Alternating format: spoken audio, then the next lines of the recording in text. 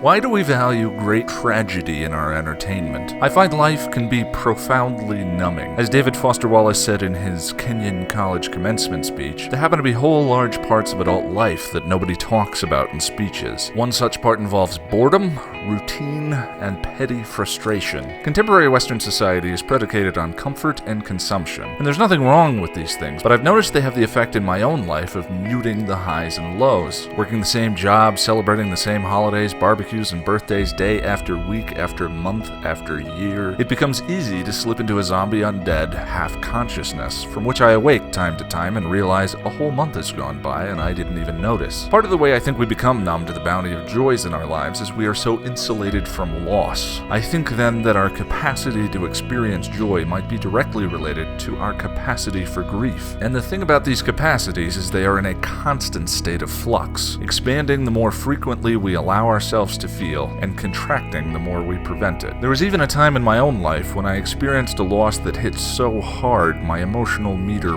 broke, and I stopped feeling anything for quite a while, other than anxiety that something was wrong and I didn't know how to fix it. But without any emotion, I couldn't find the motivation to move in one direction or the other, and became utterly stagnant and frozen in time, disconnected from any of my life's meaning. Profound depression isn't necessarily measured by how bad you feel, but rather how little you feel. And it was around that time that I discovered Buffy and Angel. If you're feeling numb, there are no better shows to properly reintroduce you to your emotions. And Buffy Season 6 seemed like a dramatic interpretation of what I was going through for several months, as I think an argument can be made that the big bad for the 6th season is depression itself, and how we deal with it through self-medication or self-destruction. But the thing I value so much about the shows is they aren't just tearjerkers, a succession of hollow emotional payoffs devoid of any intent other than selling boxes of tissue. The Buffyverse writers have thought about the human heart and are writing about it with purpose and perspective. Eventually, we will be talking about each of these moments and have a much more meaningful conversation about that perspective. But for the channel's 50th video, I thought it would be fun to share with you my list of favorite payoffs. So here are my top 10 Buffy or Angel episodes to pair with wine and a good cry. Massive, uber, insane Buffy and Angel spoilers to follow. If you haven't finished both shows, stop watching right now.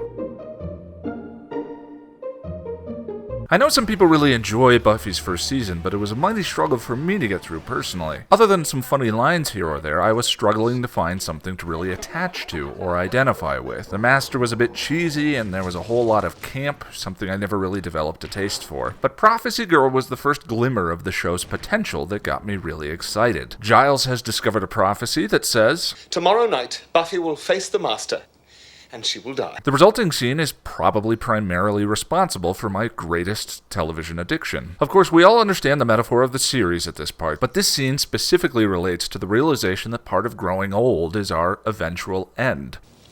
Do you think it'll hurt? And in this case, literally the role of the Slayer bringing about Buffy's death the next day. But metaphors be damned, none of that mattered if Sarah Michelle Gellar and Anthony Stewart Head hadn't given such a beautiful performance as the terrified daughter and the father wishing to protect her from the horrors of the world. Giles, I'm 16 years old.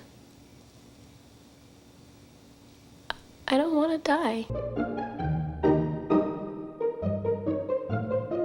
Season 7 has many problems, but perhaps one of the main ones is how good every scene between Buffy and Spike is. For example, Spike's monologue from one knee near the end of the season is perhaps one of the greatest monologues on love I've ever heard. But this scene between them in the church might give me a greater case of the sniffles, as Buffy discovers the reason for Spike's crazy behavior this season is because he's got his soul back. There's a reason the Gypsies considered resouling Angel to be a curse for a vampire, and in this scene we get to see why, as Spike is tortured by the shame and regret of his actions, including his actions from seeing red.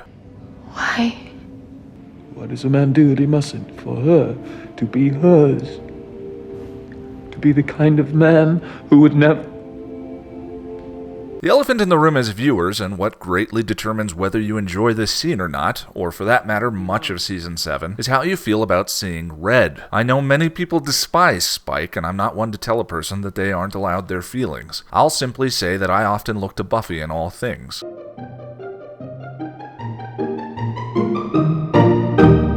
Faith's appearance in Angel is the highlight of that first season for me. After recovering from her coma and leaving Sunnydale, she's hired by Wolfram and Hart to assassinate Angel. To that end, she captures and tortures Wesley in order to bait Angel towards her. In the scenes between them, it's hard to tell which of them is starting to suffer more. As Wesley holds strong, Faith looks sickly, pale, and lost. In the midst of a spiral of evil deeds she doesn't know how to recover from. The choreography of the final battle with Angel is significant in that he never ever takes the offensive. Angel doesn't allow her the suicide by cop she's looking for, rather letting Faith's sea of inner turmoil pound against him relentlessly until her anger has dried up. Kill him. Just kill me. Just kill me. It's the same act of kindness he was shown in Buffy Season 1, when he tried to get Buffy to end him as well. The final shot in the alley is haunting. Not a single stitch of music, just the rain, the clatter of the knife signifying the end of the violence, and Faith sobbing against Angel. Two kindred souls.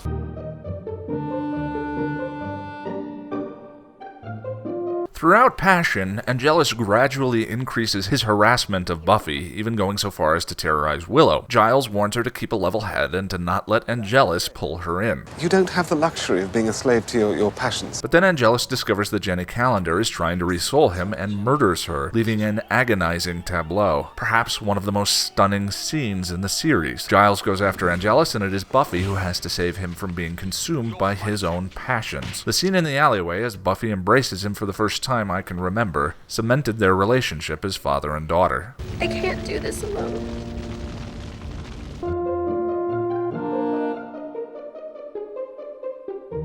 The gist of this final battle, one of the best finales in the series, is spoken by Angelus himself. That's everything, huh? No weapons, no friends, no hope.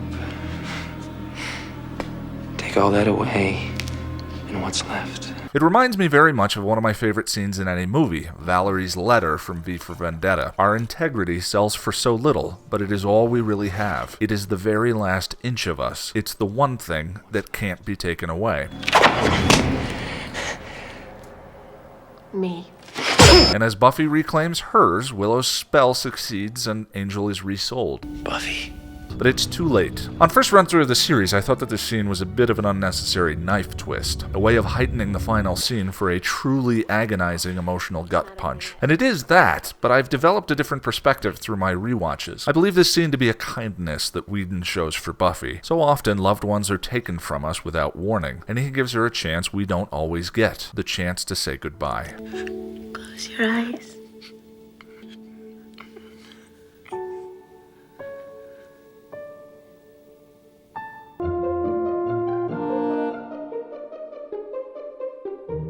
I'm pretty sure Allison Hannigan has the greatest ability of anyone on the show to reduce me to a puddle, which is really saying something. The story for this episode goes that Seth Green had a movie offer outside the show that he badly wanted to take, and so the producers let him leave. But Oz was such a great loss for the show, a grounding, thoughtful force that offered so much balance to both Willow and the fiction itself. The departure was foreshadowed the entire season, significantly in Fear itself, where the gang's greatest fears come to pass. Oz finds himself unable to control the wolf side of him, fearing he will lose control and hurt Willow. And Willow fears that he'd leave her. Oz!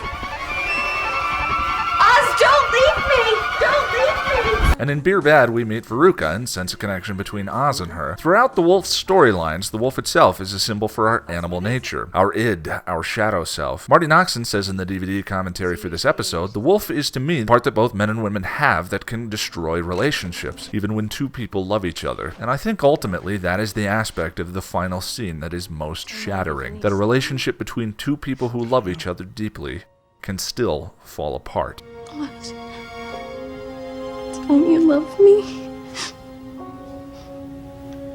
My whole life. I've never loved anything else.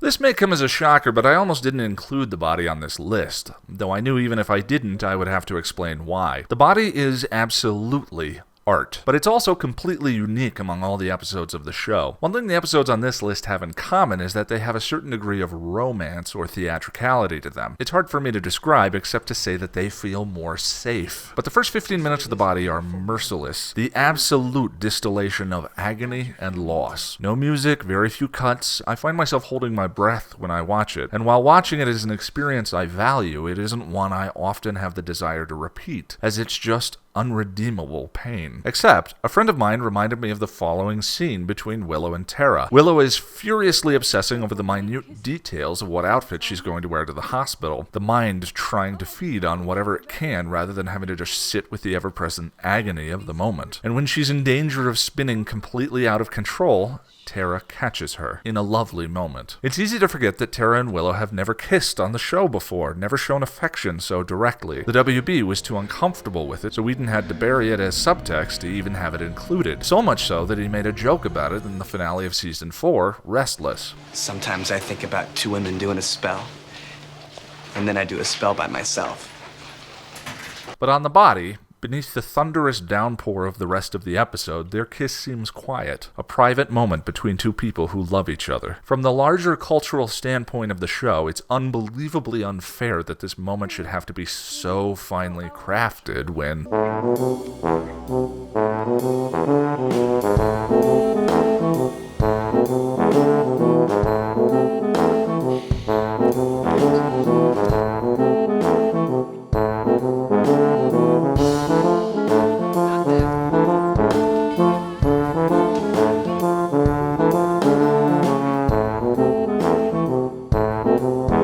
Still, I can't help but appreciate it for how finely crafted it is. One of the most genuine moments of intimacy in the entire series. I wish I had the blue.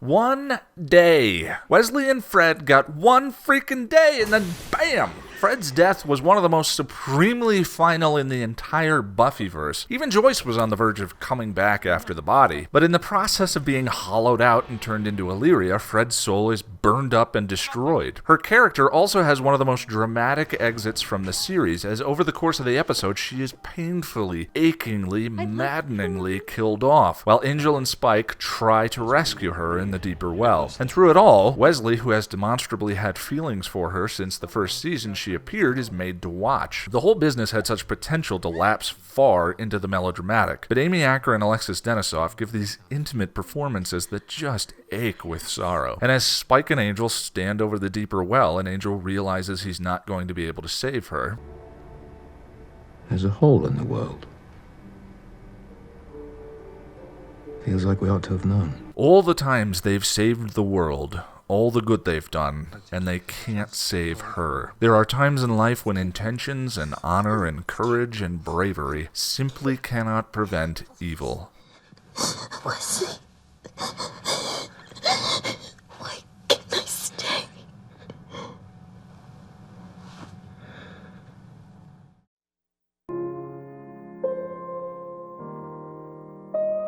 The Gift is my favorite season finale from both series, and a strong dividing line in Buffy as a show. Whedon's original premise for the show was how does a child pass through adolescence and become an adult, and all the monster business was just a metaphor for impediments to that process. Season 5 is the end of that process, and what makes The Gift even more stunning is how its plot works simultaneously with a fairly complex metaphor. The season is loaded with split personalities, Xander's two halves, Gloria and Ben, and while Dawn herself works on more than a few levels, the one of primary significance Buffy states outright in this episode. She's me. The monks made her out of me. Glory is a vision of the Slayer power unchecked. Earlier in the season, when a monster tried to split Buffy into Slayer half and human half, Riley inadvertently describes Glory pretty accurately. The Slayer half would be like Slayer concentrate, pretty unkillable. And when the Spirit Guide very cryptically tells Buffy that death is her gift, or rather death is the ultimate Slayer power, she fears she is doomed to become that cold, hard person. I don't understand. I don't know how to live in this world if these are the choices. If everything just gets stripped away. Season 5 is the first season that created a constant and unyielding sense of dread. Glory was a terrifying, unstoppable force, relentless in her pursuit of Dawn throughout the season, and infinitely more powerful than Buffy herself. And by the end of the season, we could see the weight of the battle wearing endlessly on Buffy. It isn't until the tower that she manages to put everything together. That Glory and Dawn are two halves of herself, her inner child, and her cold potential future. And as we watch the rising sun hit her face, and the realization dawn on her, Buffy. No. we can feel her relief, her understanding, and in a leap from the tower, she saves one from the other.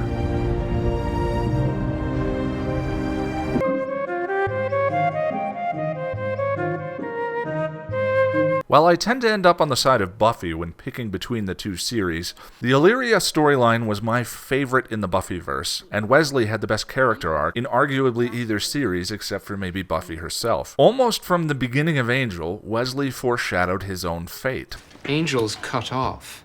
Death doesn't bother him because there's nothing in life he wants.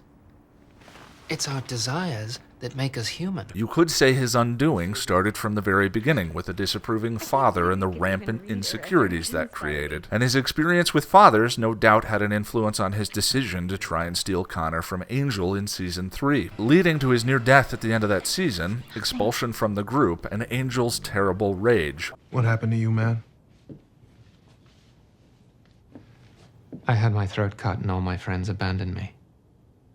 Having nothing to lose actually seems to free him up to pursue Fred, the other defining relationship in his life besides the one with his father, and he eventually finds his way back to the group again. With Connor out of the picture in Season 4 and everyone's memories of him wiped away, Wesley seems restored to full status in the group. And with the appearance of his father in lineage and being forced to choose between his father and Fred, Wesley is finally forced to break free of that relationship, both metaphorically and literally. And then the last piece is taken away from him. Wesley taking on Illyria brings him new purpose, and his unwillingness to let her take on Fred's form shows him desperately trying to deal with her death. But perhaps it's too late. After Angel tells the group to take the night off and do whatever they want, Illyria points out to Wesley, I am not what you want. There is no perfect day for me, Illyria. There is nothing that I want. Angel's cut off.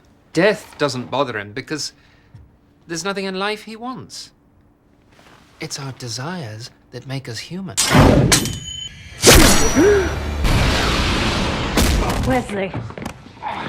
And here, in his last moments, Wesley finally is allowed peace. Would you like me to lie to you now? He loves and is loved back.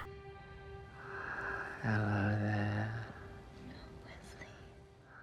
So, video number 50. Those are my picks for top 10 Buffy or Angel moments to pair with wine and a good cry. When I was assembling this, I came up with a list of over 20 potentials. Which ones did I leave out that really get you? Would you have any interest in other top 10s going forward? Let me know in the comments. Thanks for watching.